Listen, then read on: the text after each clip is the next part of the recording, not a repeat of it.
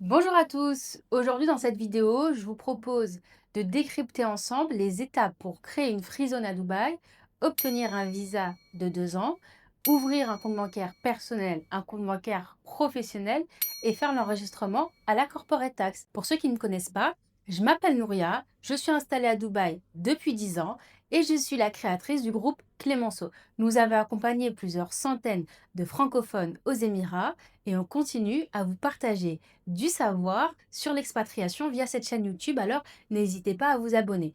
On va voir les étapes avec la Freezone de Maidan. Premièrement, la création de la société. Vous partagez avec nous vos informations basiques, nom, prénom, le passeport, l'adresse, et nous on a un portail avec la Freezone où on va tout simplement télécharger vos documents et renseigner vos informations. Informations basiques auxquelles nous ajoutons bien évidemment l'activité de l'entreprise. Vous pouvez choisir jusqu'à 3 activités sur cette free zone, donc de 1 à 3 activités, c'est le même prix. Et donc, vous choisissez également le nom que vous voulez donner à cette société et la demande est soumise.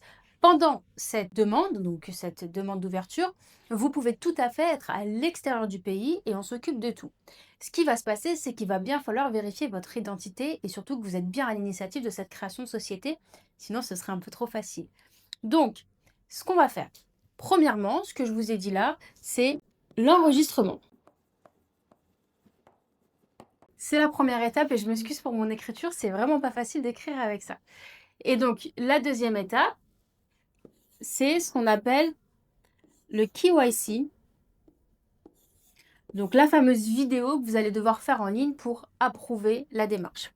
Ensuite, il faut compter environ 4 jours, et encore, c'est pour voir large, pour recevoir la licence, donc ce qu'on peut appeler un extrait de cabis si on utilise des mots français. Là, c'est bon, votre société, elle est créée et on va pouvoir passer aux étapes suivantes pour faire la demande de visa. Je précise que là, vous êtes encore à l'extérieur du pays, vous n'avez pas besoin d'être là. Donc, une fois le job pour la société terminé, on passe au job du visa. La première chose à faire pour le visa, c'est de faire la demande de la carte d'immigration. La carte d'immigration, c'est un peu la carte grise de votre société. C'est la passerelle qui vous permet de passer de j'ai une société à je fais une demande de visa parce que c'est un droit. Quand on crée une société, on est considéré comme investisseur. Donc, la carte d'immigration, je vais l'écrire en abrégé, sinon on n'a pas fini. Ça prend environ 2 jours à la recevoir. OK? Une fois que la carte d'immigration est reçue, là, on va faire la demande de visa. La demande de visa, on va avoir besoin de quelques informations un peu plus larges sur vous. Donc, le nom et prénom de votre maman, le nom et prénom de votre papa, votre religion et votre statut marital. C'est des éléments qui sont absolument primordiaux pour pouvoir faire la demande. Une fois la demande soumise, il y a un délai entre 3 et 10 jours pour recevoir ce qu'on appelle un e-visa. C'est un peu un visa provisoire, enfin c'est pas qu'un peu, c'est un visa provisoire où l'État vous dit tout simplement nous sommes d'accord de vous octroyer ce visa, reste à terminer les étapes obligatoires que je vais vous expliquer après. Je fais une petite note très importante parce qu'il faut quand même le savoir, le visa est octroyé de manière discrétionnaire. Donc un visa peut tout à fait être refusé. C'est des cas qui sont assez rares, mais c'est des cas qui existent. Donc créer sa société ne vous garantit pas d'avoir un visa. Et ça, il faut vraiment le savoir. Donc ici, c'est la demande de e-visa.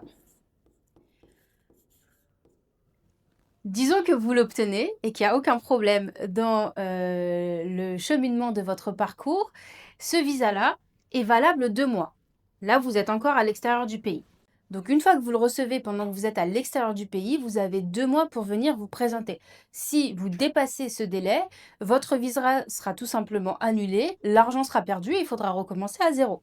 Donc, on note bien qu'ici, on a 2 mois pour se présenter. Moralité, si vous avez besoin de créer la société, mais que vous savez que vous n'allez pas pouvoir venir dans les 2 mois, il faut absolument prévenir en disant ne faites pas la demande de visa maintenant parce que ça peut être totalement dissocié. OK? Donc là, vous êtes encore à l'extérieur du pays et je vais tout effacer en disant que maintenant, vous arrivez sur le territoire, on explique les étapes qui se passent sur place. Juste avant, pour prévoir tout ça, à distance. Pour être prévoyant, disons qu'il nous faut 3 semaines. Et aussi, il faut absolument le paiement, parce que tout ça, c'est des étapes administratives qui sont bien sûr payantes. Et donc, pour pouvoir préparer le terrain avant, il faut bien évidemment que l'enveloppe budgétaire soit disponible. Donc, il faut payer à distance pour gagner ces 3 précieuses semaines. Maintenant, on peut effacer et passer aux étapes qui se font directement sur place. Et là, welcome to Dubaï, vous êtes arrivé aux Émirats et en passant la douane, vous avez présenté votre passeport et aussi le e-visa PDF que vous aurez imprimé avant. Qu'est-ce que vous devez faire? Vous devez informer, donc nous informer l'agence en disant « Je suis arrivé, je peux procéder au reste des étapes ». Une fois que vous êtes sur le territoire, on va faire la demande de visite médicale. Beaucoup de personnes nous demandent « J'ai besoin de m'organiser, est-ce que je peux le faire tel jour à telle date avant d'arriver ?» Non, on a accès au planning une fois que vous êtes sur le territoire et pas avant parce que c'est un lien informatique où votre numéro existe et donc on peut le relier à une demande de visite médicale. Moralité, les étapes qui se font physiquement sur place ne peuvent pas être réglées comme du papier musique avant que vous arriviez sur le territoire. La visite médicale, donc on en fait la demande, ça arrive très vite. D'accord? C'est sans rendez-vous, mais il faut quand même avoir l'application de prête. On vous prépare l'application et on vous donne l'adresse du centre médical. C'est un peu à l'époque quand on passait les tests PCR, vous vous rendez dans un endroit, c'est sans rendez-vous. Vous pouvez payer pour de l'express ou sinon pour le normal, c'est déjà compris dans les packages et c'est des résultats qui arrivent en 24 heures. Comment se déroule la visite médicale? Une prise de sang, il vérifie donc les maladies infectieuses et un X-ray, donc tout simplement une radio, un scanner des poumons. C'est en 2 étapes, mais ça se fait sur place, c'est environ 1 heure. Il faut prévoir 1 heure. Ça se fait directement sur Dubaï. Deuxième étape, où vous devez physiquement vous rendre, c'est la biométrie.